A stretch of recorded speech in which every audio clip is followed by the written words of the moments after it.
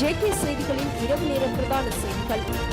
சீரற்ற காலநிலையால் ஏற்பட்ட அனர்த்தங்களினால் மக்களை மீட்கும் பணியில் ஈடுபட்டிருந்த உலங்கு வானூர்தி விபத்துக்குள்ளானதில் உயிரிழந்த விமானியின் உடலுக்கு ஜனாதிபதி அனுரகுமார திசாநாயக்க நேரில் சென்று அஞ்சலி செலுத்தியுள்ளார். வெண்ணப்புவ லுணுவில பகுதியில் ஏற்பட்ட இந்த உலங்கு வானூர்தி விபத்தில் குரூப் கேப்டன் நிர்மல் ஷாம்பலபிட்டிய தனது உயிரை இழந்தார். இந்த நிலையில் அஞ்சலிக்காக உடல் வைக்கப்பட்டுள்ள ரத்மலானவில் பயமிந்திருக்கும் அவருடைய வீட்டுக்கு இன்று காலை ஜனாதிபதி நேரடியாக சென்று தனது இறுதி அஞ்சலினை செலுத்தியுள்ளார். மேலும் உயிரிழந்த விமானியின் மனைவி, பெற்றோர், உறவினர்கள் உள்ளிட்டோருக்கு தனது இரங்கலையும் ஜனாதிபதி இதன்போது தெரிவித்துக் கொண்டுள்ளார். இதன்போது அமைச்சர் நலிந்த ஜெயதிச, பாதுகாப்பு அமைச்சின் செயலாளர் சம்பத் துயகொய்ந்தா உள்ளிட்ட பலர் கலந்து கொண்டிருந்தனர். ஜாழ்ப்பாணம் தையிட்டி திசைவிகாரைக்கு எதிரான போராட்டம் இரண்டாவது நாளாக இன்று தொடர்ந்து முன்னெடுக்கப்பட்டு வரும் நிலையில் குறித்த போராட்ட களத்தில் பதற்றம் ஏற்பட்டுள்ளது. இதன்போது அங்கிருந்த கூடாரங்கள் போலீசாரால் அகற்றப்பட்டுள்ளன. இந்த நிலையில் தையிட்டியில் சட்டவிரோதமாக அமைக்கப்பட்டுள்ள திசைவிகாரையை அகற்றுமாறு வலியுறுத்தியும் திசைவிகாரை அமைக்கப்பட்டுள்ள காணி, அதனை சூழ உள்ள காணிகளை காணி உரிமையாளர்களிடம் மீளவும் வழங்குமாறு கோரியும் குறித்த போராட்டம் நடைபெற்று வரும் நிலையிலேயே குறித்த சம்பவம் பதிவாகியுள்ளது. தமிழ் தேசிய மக்கள் முன்னணியின் பாதிக்கப்பட்ட பொதுமக்களுடன் இணைந்து மாதமாக முன்னெடுக்கும் தொடர் போராட்டம் நேற்றும் இன்றும் தையிட்டி திசைவிகாரைக்கு அருகில் நடத்தப்படுகின்றது. நேற்று மாலை 4 மணி தொடக்கம் மாலை 6 மணி வரையும், பௌர்ணமி தினமான இன்று காலை 6 மணி தொடக்கம் மாலை 6 மணி வரையும் இந்த போராட்டம் இடம்பெற உள்ளது. சீனாவினால் அறிவிக்கப்பட்டிருந்த நிவாரண உதவிகள் இலங்கையிடம் உத்தியோகபூர்வமாக கையளிக்கப்பட்டுள்ளன. இலங்கைக்கான சீன தூதுவர் ஷி ஷென்ஹாங் வெளிவிவகார அமைச்சர் விஜித ஹேரத்திடம் அந்த நிவாரண உதவிகளை கையளித்துள்ளார். அதற்கமைய சீன அரசாங்கத்தினால் $1 மில்லியன் இலங்கைக்கான நிவாரண உதவியாக வழங்கப்பட்டுள்ளது. அத்துடன் சீன அரசாங்கத்தினால் 10 மில்லியன் யுவான் பெறுமதியான நிவாரண உதவியும் வழங்கப்பட்டுள்ளது. இதற்கு மேலதிகமாக சீன செஞ்சிலுவை சங்கத்தினால் இலங்கை செஞ்சிலுவை சங்கத்திற்கு அறிவிக்கப்பட்ட $1,00,000 நிவாரணமும், இலங்கையில் உள்ள சீன வர்த்தக சமூகத்தினால் 10 மில்லியன் ரூபாய் நிதியும் இலங்கை வெளிவிவகார அமைச்சிடம் கையளிக்கப்பட்டுள்ளது. இலங்கையில் ஏற்பட்ட இயற்கை பேரினத்தை தொடர்ந்து நடைபெறும் மீட்பு மற்றும் நிவாரண பணிகளுக்கு உதவுவதற்காக ஜப்பான் 30 பேர் கொண்ட மருத்துவ குழுவை இலங்கைக்கு அனுப்பியுள்ளது. டோக்கியோவின் ஹெடனோம் விமான நிலையத்தில் இருந்து அந்த குழு புறப்பட்டது. ஜப்பானுக்கான இலங்கை தூதுவர் பிவிதுரு ஜனக குமாரசிங்க மற்றும் JICA அதிகாரிகள் அவர்கள் வழியனுப்ப ஒன்றிணைந்தனர். இவாஸ் கிச்சிரோ தலைமையிலான இந்த குழு மிக மோசமாக பாதிக்கப்பட்ட பகுதிகளில் ஒன்றான சிலாபத்தில் மருத்துவ சேவையை வழங்க சுமார் 2 வாரங்கள் செலவிடும். பிராந்தியத்தில் உள்ள மருத்துவமனைகளும் குறிப்பிடத்தக்க சேதத்தை சந்தித்துள்ளன என்று அவர்கள் குறிப்பிட்டனர். இலங்கையை மீள கட்டியெழுப்பும் நிதியத்துக்கு 19,000க்கும் மேற்பட்ட வெளிநாட்டு ஊழியர்கள் பணம் செலுத்தியுள்ளதாக நிதி திட்டமிடல் மற்றும் பொருளாதார மேம்பாட்டு அமைச்சு தெரிவித்துள்ளது. கடந்த 2ஆம் தேதி வரை பண வைப்பு செய்யப்பட்டுள்ளதாக அமைச்சின் செயலாளர் ஹர்ஷன சூரிய பெருமன் தெரிவித்துள்ளார். பாதிக்கப்பட்ட மக்களுக்கு உதவி வழங்க வெளிநாட்டு இலங்கையர்கள் ஒரு வாய்ப்பை கோரியுள்ளதாகவும், நிதி அமைச்சு மற்றும் பிற அரசு நிறுவனங்கள் அவர்கள் சார்பாக 2 திட்டங்கள் முன்னெடுத்து வருவதாகவும் சூரிய பெருமிதன் போது கூறியுள்ளார். முதல் திட்டத்துக்கு அமைய வெளிநாட்டு வாழ் இலங்கையர்களிடமிருந்து பெறப்பட்ட நிதி உதவிக்காக இலங்கை வங்கியில் ஒரு சிறப்பு கணக்கு எண் அறிவிக்கப்பட்டது.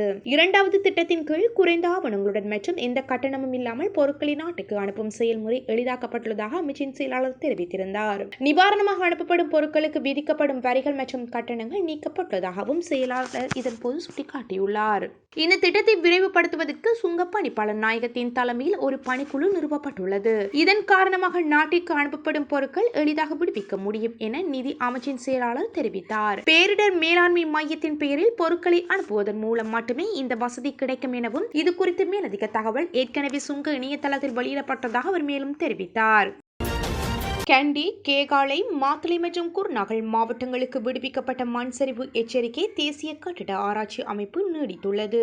4 மாவட்டங்களில் உள்ள 40 பிரதேச செயலக பிரிவுகளுக்கு சிவப்பு எச்சரிக்கை மண் சரிவு எச்சரிக்கை நடைமுறையில் உள்ளது. வளிமண்டலவியல் திணைக்கள தகவலின்படி டிசம்பர் 6 தொடக்கம் 9ஆம் தேதி வரை மழை பெய்யும் என்றும் எதிர்பார்க்கப்படுகின்ற அதேவேளை பெரும்பாலும் தெற்கு மாகாணத்தை பாதிக்கும் என்று இது மூத்த விஞ்ஞானி கலாநிதி வசந்த சேனதீர தெரிவித்துள்ளார். ஊடகங்களுக்கு உரையாற்றிய அவர் டிசம்பர் 9ஆம் தேதி தொடக்கம் 13ஆம் தேதி வரை மழை பெய்யும் என்று கணிக்கப்பட்டுள்ளது. இது மத்திய மாகாணத்தை பெரும்பாலும் மாத்தளை, பதுளை மற்றும் நுவரெலியா மாவட்டங்களை பாதிக்கும் என்றும் கூறினார். அதன் பிறகு மழை பெய்யும் என்றும் எதிர்பார்க்கப்பட்டாலும் டிசம்பர் 16 தொடக்கம் 19ஆம் தேதி முதல் மீண்டும் தொடங்கி மத்திய மாகாணத்தையே பாதிக்கும் என்று அவர் தெரிவித்திருந்தார். வடகிழக்கு பருவமழை காரணமாக மழை பெய்யும் என்று கலாநிதி வசந்த சேனதீர இதன் போது விளக்கினார். மேலும் பொதுமக்கள் விழிப்புடன் இருக்குமாறும் கேட்டுக்கொண்டார். வடகிழக்கு பருவமழை வரும் நாட்களில் ஆரம்பமாகும் என்று எதிர்பார்க்கப்படுகின்றது. ஆனால் அதிக மழை பெய்யாது என்று வளிமண்டலவியல் திணைக்களம் எதிர்ப்பு கூறியுள்ளது. டிசம்பர் மாதத்தில் வடக்கு, கிழக்கு, மத்திய மற்றும் சில நேரங்களில் உவா மாகாணங்களில் பருவமழை பொதுவாக மாலையில் பெய்யும் என்று கடமை முன்னறிவிப்பாளர் உதயனி வீரசிங்க குறிப்பிட்டார். இலங்கைக்கு அருகில் ஒரு புதிய காற்றழுத்த தாழ்வு நிலை உருவாகின்றது என்ற வதந்திகளையும் திணைக்களம் நிராகரித்துள்ளது. புயல் தொடர்பான பொதுமக்களின் அச்சத்துக்கு எந்த காரணமும் இல்லை என்று திணைக்களம் உறுதியளித்துள்ளது. மிக கிட்டிய காலத்தில் இலங்கை ஒரு மிகப்பெரிய அளவிலான நிலநடுக்க வாய்ப்பை கொண்டுள்ளதாக ஜாழ் பல்கலைக்கழக புவியியல் துறை பேராசிரியர் நாகமுத்து பிரதிபராஜா தெரிவித்துள்ளார்.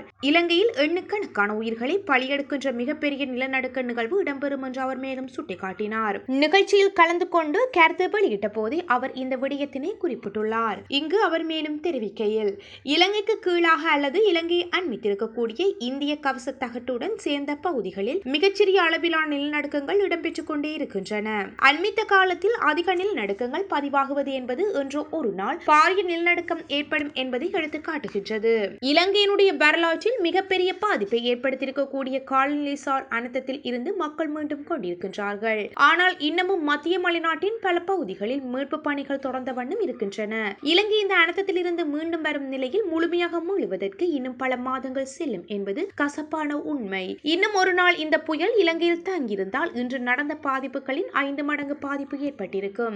இந்த அனர்த்தம் குறித்து வளிமண்டலவியல் திணைக்களம் போதுமான எச்சரிக்கை விடுக்கவில்லை என்றே நான் கருதுகின்றேன். எச்சரிக்கை விடுத்திருந்தால் பாதிப்புகளை குறைத்திருக்க முடியும். இயற்கை அனர்த்தங்களை தடுக்க முடியாது எனினும் திணைக்களங்கள் இன்னமும் வினித்திறனாக செயற்பட்டிருக்க வேண்டும். வடக்கில் பருவக்காற்றை பொறுத்தவரையில் ஜனவரி மாதம் இறுதி வரை வடக்கில் மழைக்கான சாத்தியம் காணப்படுகின்றது. வடக்கில் பருவக்காற்று முடிவடைவதற்கு 2 மாதங்கள் இருக்கும் நிலையில் இந்த காலப்பகுதியில் சில காலங்களில் மிக கனமழையும் மிதமான மழையும் கிடைப்பதற்கான வாய்ப்பு இருக்கின்றது.